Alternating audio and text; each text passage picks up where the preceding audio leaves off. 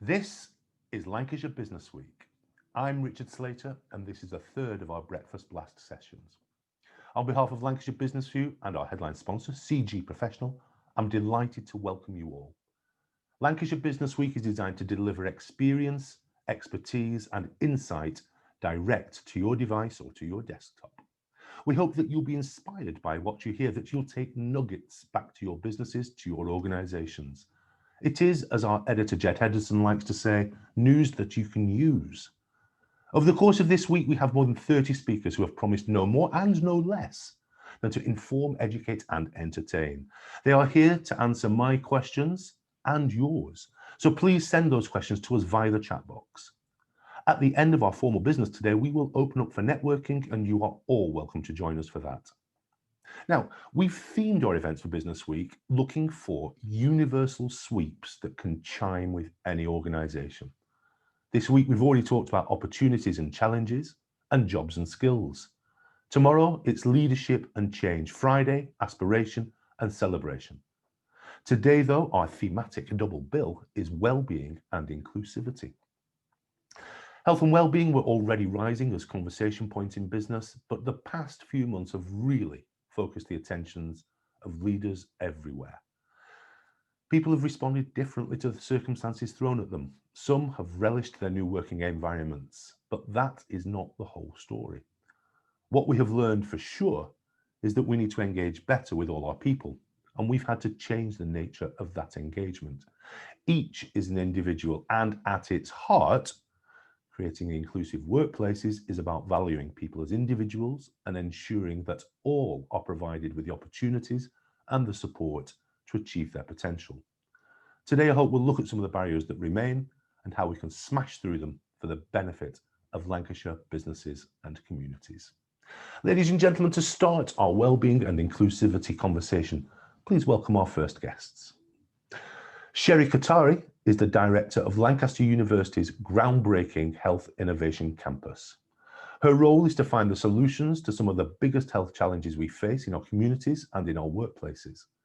It's a challenge that requires the skills of both a diplomat and a juggler, and often at the same time, as she corrals a diverse group of stakeholders and discipline experts.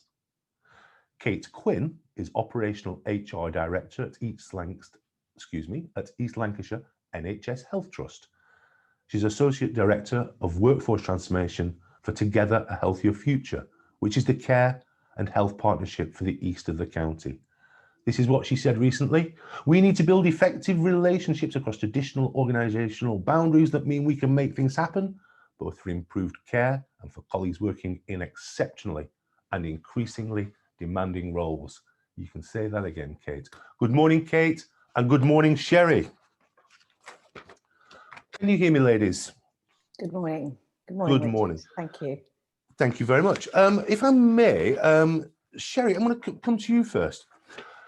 Could you tell us a little bit about the Health Innovation Campus and what it's going to do for our businesses and communities, Sherry?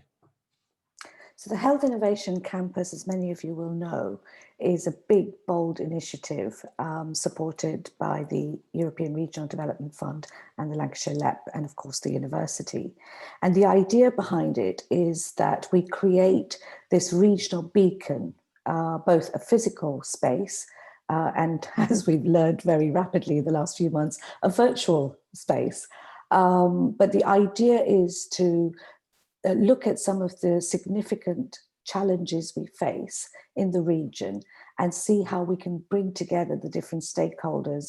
And as Kate put it, you know, we're trying to actually go across disciplinary boundaries and sector boundaries here because as the pandemic has highlighted, health and well-being is paramount. It is our collective responsibility, and it's not the domain of any one discipline. Because there are so many dimensions to well-being. You know, there's physical, emotional, financial, social, and over 80% of the factors that affect health and well-being are non-medical. Why is this being cited in Lancashire? What is our particular need, and what outcomes do you expect? Well, as Richard, you will know, we do have some of the poorest health and social and economic outcomes in the country. One of the unique things about Lancashire is that it is a large geographic region. We are not an urban metropolis, like Manchester or Liverpool. We have urban centres, but we also have a very large rural area. And so that brings with it a very different type of challenge, both in terms of the diverse demographics that we have, but also the increased rural spaces means we do have things like social isolation. We have issues around how we connect people up. So I think it is actually a really good test bed for a region that is so diverse. And in terms of, forgive me, Sherry, I'm not sure how long a measure one should put on something like this, but 5 years, 10 years from now, how will we know that you've been successful? Well, I think one of the simplest metrics, I guess, at this point in time, because it is still very early days, of course, but I think one of the simplest metrics would be to actually look at some of the health outcomes in this region, and particularly those where we are trailing the rest of the country. And if we can start to get some equity in these metrics, if we can start to improve upon some of these figures, then we know that we're on the right trajectory. I think that the decisions behind the development of the Health Innovation Campus were taken before the levelling up agenda phrase was brought to us. But it does strike me that this is a health and wellbeing levelling up opportunity for the county. Would you agree? Oh, absolutely, absolutely. And whilst the levelling up agenda or that phrase may be very recent, I think people have known for a very long time about the health inequalities and social inequalities that exist in not just this region, but across the north of England. Thank you. I'll come back to you shortly, Sherry. But certainly one of the things that is changing is workplaces. And if I can come to you, Kate, Quinn, workplaces have faced big change, but I'm not sure that they faced the kind of change that you've faced under the kind of pressures that you're facing in the NHS. Could you tell us what your biggest operational and workforce challenges are and how you are meeting them? So I guess for us in the NHS and social care generally, we've had challenges in terms of recruitment to our workforce in particular roles for quite some time. And that's been brought into really stark contrast during the pandemic in terms of making sure that we have, enough of our substantive workforce, but also the contingent workforce in order to make sure that we can rest those staff that have been working incredibly hard during the pandemic. I think, as Sherry said, we kind of need to work across organisational boundaries. Health and well-being is much more than physical health. So what we've been trying to do is work more closely with our partner organisations. So local authority colleagues providing social care, primary care colleagues, and really trying to work together as if we were one workforce, irrespective of who pays our wages, making sure that we can deploy ourselves and support our local communities and provide that care in the best possible way. Now, you have many employees within your organisation. How many people are you responsible for, Kate? So within East Lancashire Hospitals, we have around 9,200 staff working in both the hospital setting and the community setting, which is significant. And then, so that's direct responsibility. And then, of course, as we start to look at the whole workforce that supports people across our communities, that, includes voluntary sector colleagues, primary care colleagues. So really what we're trying to do is work with that wider workforce to make sure that we're providing sort of seamless care, but also supporting one another across our various organisations, because, it's really challenging for everybody at the moment in terms of attracting and retaining health and social care workforce. Clearly, the environment in which the job of the Health Trust is to look after or help us with the health and care of, what is it, about 500,000 residents that Yeah. Lancashire Health Trust is responsible for. So half a million residents. Where does there's always a stretch, there's always a push and a pull, I guess, between delivering the service you'd like to deliver and delivering the service you're able to deliver. And with patient safety at the heart of this, where does it feel sometimes like it starts to creak? And I think perhaps, ladies and gentlemen, if you haven't seen East Lancashire Health Trust has been on the media an awful lot of times. They welcome the cameras in. And I think where I'm trying to get to is that you can see the personal stresses and the personal pressures, Kate. How do you manage those well-being issues when you have the biggest job in the county right now? Yeah, it's really, really challenging. And I think, certainly, I think the CNN piece that you were referring to earlier, Richard, it tells the story in terms of where our staff health and wellbeing is right now. Everybody's really, really tired. They've been through the first wave of the pandemic. And I think there was a lot of Dunkirk spirit and, the nation clapping on the doorstep. And that's gone now. And at the same time as we're managing increased numbers again of COVID patients, we're trying to restore all services that we want to in terms of making sure that other health conditions are treated appropriately and quickly. Because we know there's going to be a non-COVID health impacts of COVID, if that makes sense.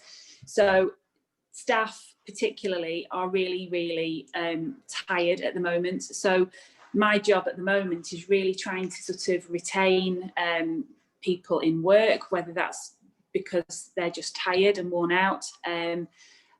So looking at their morale, making sure that we wrap around sort of mental health support, trauma support, because actually some of our staff have had to deal with really, really traumatic deaths, within our hospital during the last 9 months. So really, really supporting those staff is critical. And I think we need to remember as well that, 80% of our workforce are our local population. So actually their health and wellbeing is really vital in ensuring that the wider population health and wellbeing is supported. So at the moment, we're very focused on maintaining morale, keeping people well through what is challenging circumstances. But then also we have a programme of work that's very much about their general health and wellbeing. So promoting, exercise, healthy eating, financial well-being, and emotional resilience as well. So it's a big job. It is a big job. And ladies and gentlemen, I will commend to you the story there that Kate was referring to was a piece recently on CNN based around East Lancashire Health Trust. I commend it to you. It's about 50 minutes of quite extraordinary television. Coming back to you, Sherry, if I may, one of the outcomes of the pandemic has been to focus business leaders' minds on the specific needs of employees. And I think that's what sits at the heart of inclusivity, is that we treat people as individuals and provide equality of opportunity to all our individuals. And I wonder, given the state of things, what with one thing and another, are we being pushed into an area that might actually be of benefit to us? Are we being pushed to create long-term, more inclusive workplaces with mental health, well-being and flexible working built in, because that's what we're having to do now? I don't know if we're necessarily being pushed into something that could be beneficial. I don't argue that absolutely I think it could be beneficial. I think we've been pushed into a situation. And I think what I would say is I think we have now an incredible opportunity to actually put this front and center, in terms of thinking of the workforce. You said something earlier, Richard. Ultimately, people want to feel valued. And I think one of the things that the pandemic has highlighted in terms of the way we now currently work is, I mean, there are lots of factors that contribute to health and well-being. You know, it's a stressful situation. People are suffering from increased workloads. Remote working brings with it a sense of isolation. The thing that has been lost and is felt really rather acutely is that sense of connectivity and belonging. And, you know, it's really hard to put a price on something like that, because we're human beings, we're social animals. And so we weren't meant to operate in this way. And so I think what we're looking at, I think, is this hybrid pattern of working almost becoming a permanent fixture in the future. So it gives us an opportunity to look at how we actually create a more equitable, a more inclusive workplace. You know, we've got to resist that business as usual thing and rethink flexibility, I think. Mm-hmm. I think you're right, Sharon. Clearly, one of the points of this event is to share experiences of the likes of Kate and Sherry that we can learn as businesses. And with that in mind, Kate, I wonder, what have you learned about yourself as a leader over the last 7 or 8 months, and the leadership within your organisation? Myself, I've learned that probably I'm more resilient than I think I am, but equally I need to make sure that I look after myself in order that I can look after my team. I know, you know, there was a few weeks ago and I could sense my patience, my own patience sort of diminishing, and I knew that was time for me to have a long weekend and just recharge the batteries. And I think that certainly is one of the things that we're reminding our staff across the board, is to look after yourself, take the rest, and be kind to each other, because actually it's really easy, I think, under times of pressure to revert to being snappy or sometimes short and unkind with one another. And of course, we're all in the same position and we're all, you know, trying to work through this together. So, you know, reminding people around being compassionate, both to yourself and to each other, I think has been the key for us.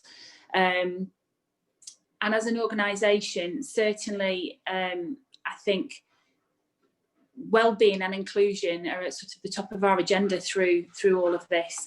We're trying really hard to break down to make sure that all our staff feel the sense of belonging to the East Lancashire Hospitals family, because we are a family, and, you know, in that we need to look after each other and value each other and tolerate, you know, the days that are bad.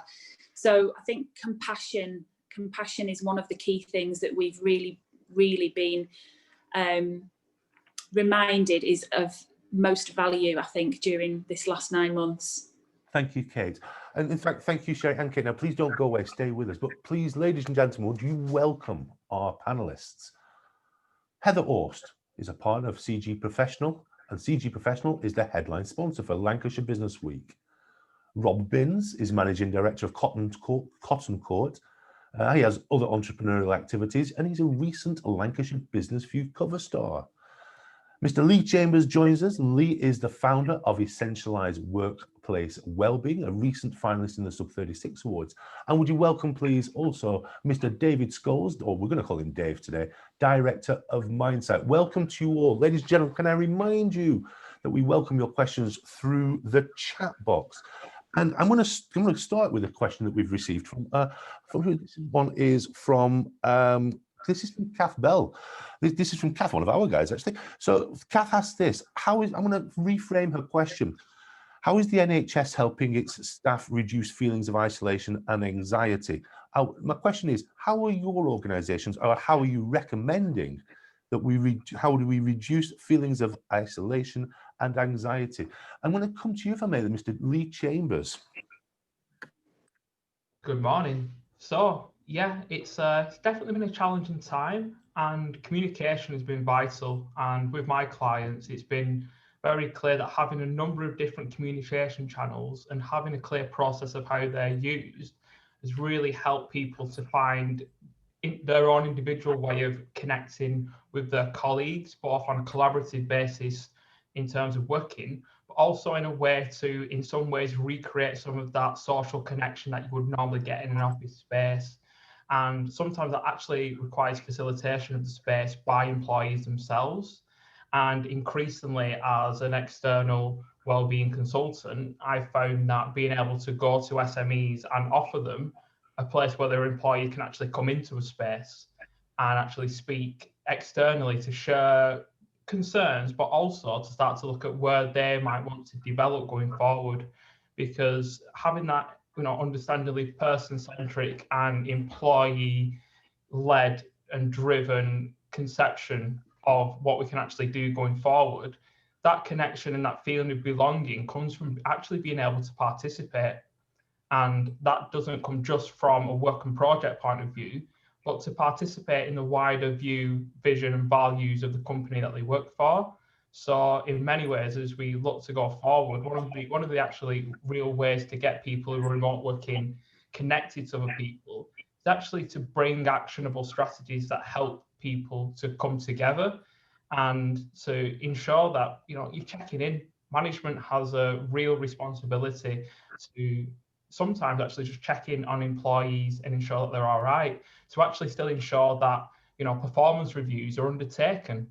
And in a lot of ways, that still helps you feel that there's a level of normality and the ability to really help employees feedback, but also to foster that connection and collaboration in a world where it's quite easy to feel separated. It's quite easy to feel that, you suddenly, that entity that you were once part of, that social workplace. I mean, I found that companies with more proactive cultures that are more inclusive have actually managed to be more sustainable through the pandemic. Thanks, Lee. Yeah. Thank you for that. Can I come to you, Dave Scholes, and reflecting on what Lee's just said, but also this, Lee just used the word check-in on people. And this comes from Neil Welsh out in our audience. It's important to instill a sense of belonging in the current circumstances. How important, Dave, is it to create a culture of check-in rather than check-up on people? And I'm guessing you'll know the difference between check-in and check-up, but how important is that, Dave? Yeah, absolutely. I think, the hashtag that you guys have used for this, Be More Lancashire, I think is so apt here. The Lancashire way, the traditions of chat and conversation are so important. Lee just mentioned it there, recreating what we call those water cooler moments in the office, those moments where you go and grab a brew and put the world to rights in 5 minutes.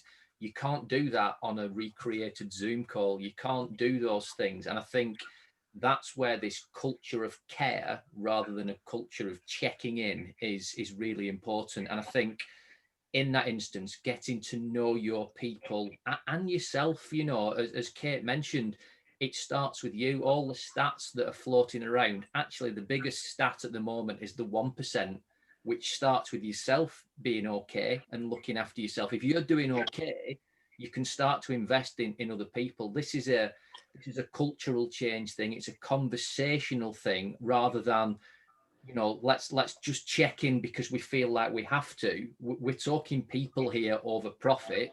We're checking in because we're bothered about people. And if we're helping them, absolutely they will help our business. But our priority is this culture of care, to start some conversations, because every one of our staff, as well as us, like Lancashire as a whole, is different, and their journey at the moment will be different. We can't do this as workplace wellbeing. This is about every individual in our employment and starting with us.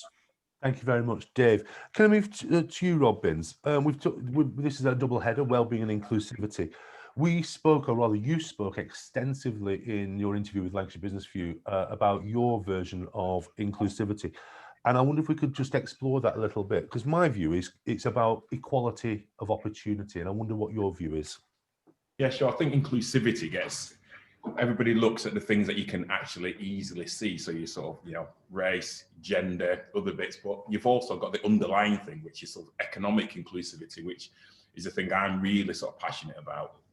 I reflect back on myself, which, should we say, I was brought up in a very interesting, least glamorous place in Preston. but it's actually giving people the same sort of opportunities. So whereas, I don't know, you may get someone who's traditionally what we call middle class, who at school they've got to do, do a work experience session, and they'll speak to the parents or their uncle or their auntie, and they'll go into their office and do that.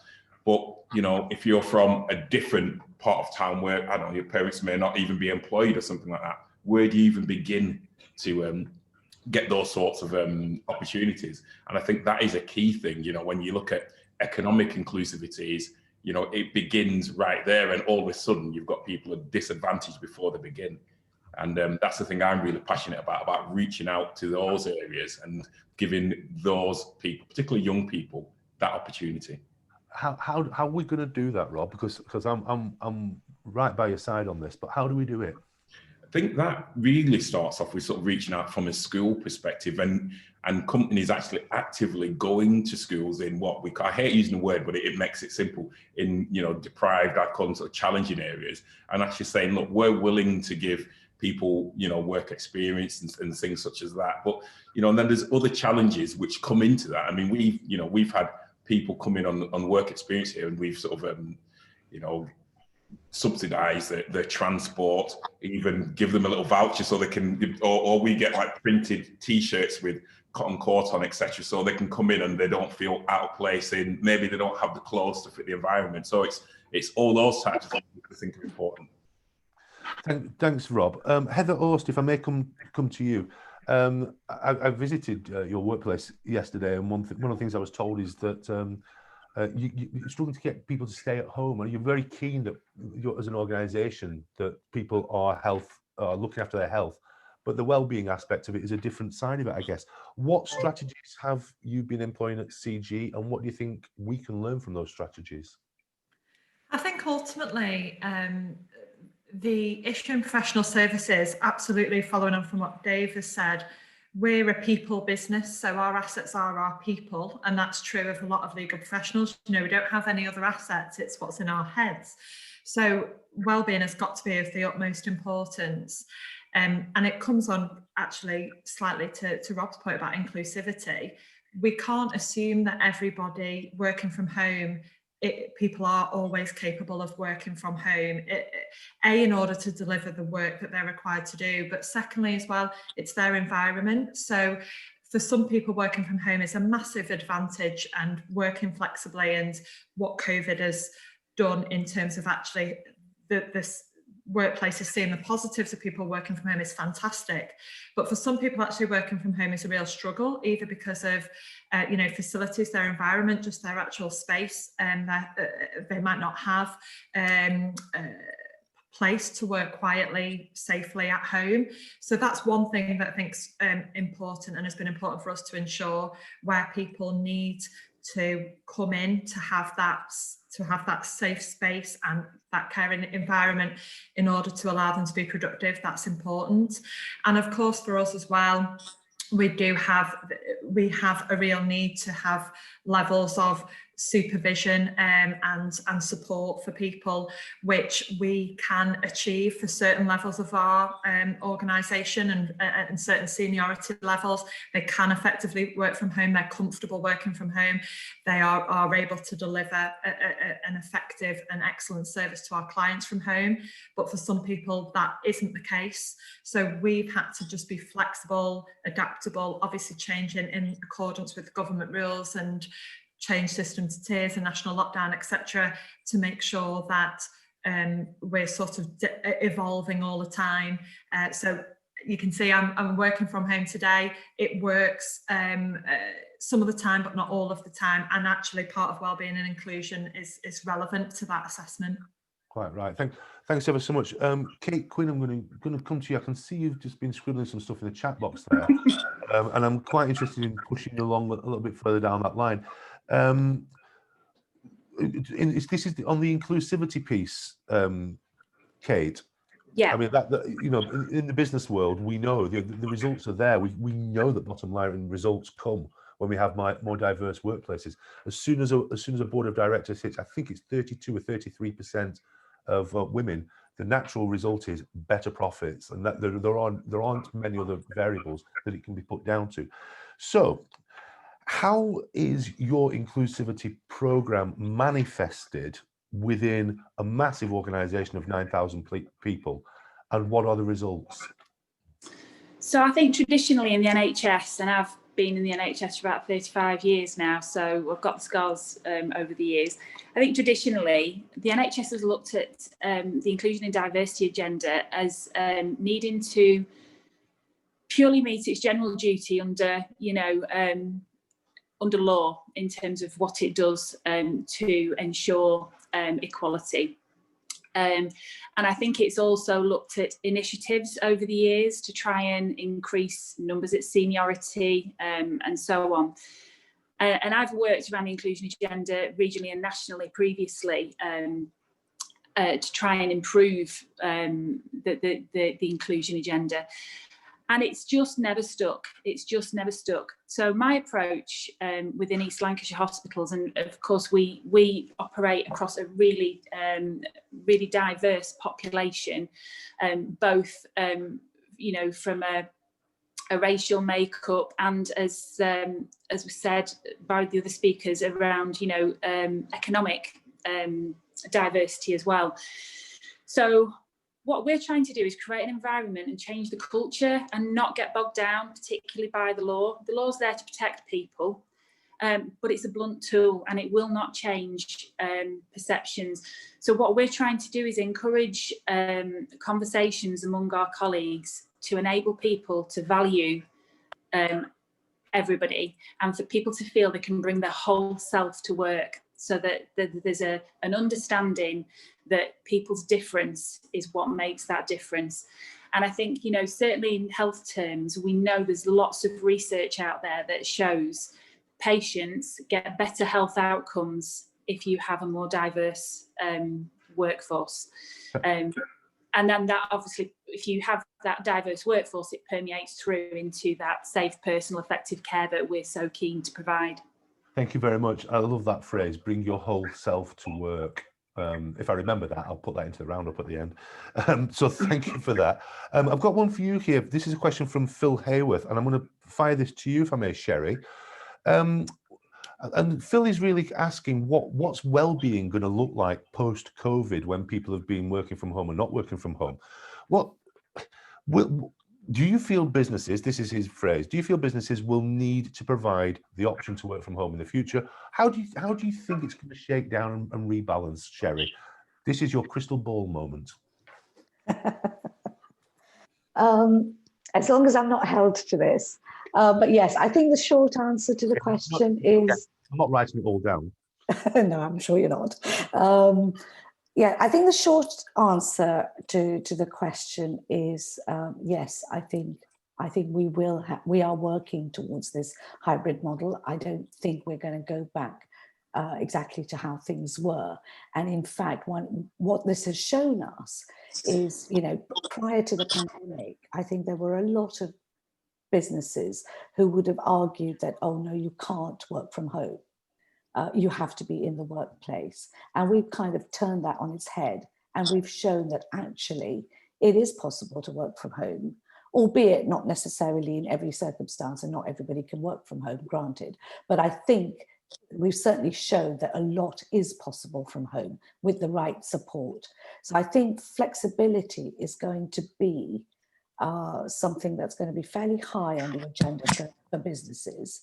And I think the key to actually doing this properly in the future is to acknowledge the various factors that can affect well-being for a person, whether they're working from the office or working from home. What are the key dimensions of well-being? What are the things that are likely to cause stress? What are the things one needs to check in on with people? And I think that the concept of compassionate leadership has come up in the various conversations we've had this morning. And I think that is at the heart of this. It's about creating that flexible culture. It's making sure that as businesses we inculcate supportive behaviours, so listening to people, communicating with them, and actually being proactive. So, can we actually design flexible jobs from the outset, at the point of hire? Yeah. Thank you, Sherry. That's very helpful. I've got a question here, which I'm going to probably make this our final question. I'm going to go around the room and see if we can get a quick answer. And you may ponder in a philosophical way, of course, but this is Sarah's question. Do any of the panelists have specific examples of good practice or activities that they have put into place to improve the health and well-being within the workplace? So I want to frame it like this. How do you manage your own health and well-being? What's worked? And yeah, let's leave it at that for now. Let's start with you, Rob Binns. How do you manage your own health and well-being, and what works in your business? Personally, it's diet and exercise, and I think that's something that we reflect, across the organisation. And then we also have regular visits from, a very good friend Cheryl at YOLO Wellbeing, who comes in and does relaxation sessions and things like that. And we do that on a sort of quarterly basis. And that's not just an actual activity; it's trying to shift the mindset so people actually also realise the importance of it and carry it on in their own time. Thank you. Lee Chambers, how do you manage your health and well-being, and what processes are working in your area? So for me, my most important cornerstone habit for my health is sleep. But I do also do a lot around nutrition, around disconnecting from technology and finding solitude, and getting out in nature is something I do an awful lot for my own well-being. From a business perspective, really, in a lot of ways, it actually comes down to your industrial challenges, your employee needs. And so often a well-being strategy is brought in, but it's not measured. If you measure where it starts from key performance indicators, but also key happiness indicators, it actually allows you to test, bring well-being in, see how effective it is. That allows you to evolve a strategy and actually create something that works and engages your own workforce. And that could look in so many different ways, but ultimately it's about actually experimenting and bringing in different well-being practitioners and procedures to see what really impacts highest on your employees. Thank you very much, Dave. Thank you very much, Lee. Moving to Dave, what's your top tip for your personal looking after yourselfness and looking after others? I would go with what Rob and Lee have said in many ways, but one of the things that I've done is get a really good backup team around me. When I'm not doing great, having people that I can sit with and that I can trust over a pint or a coffee when we're allowed to, over a conversation, that just if my head's not in a great space, that they can encourage me, even when things are going well, to say, stay on the same track, you're doing well.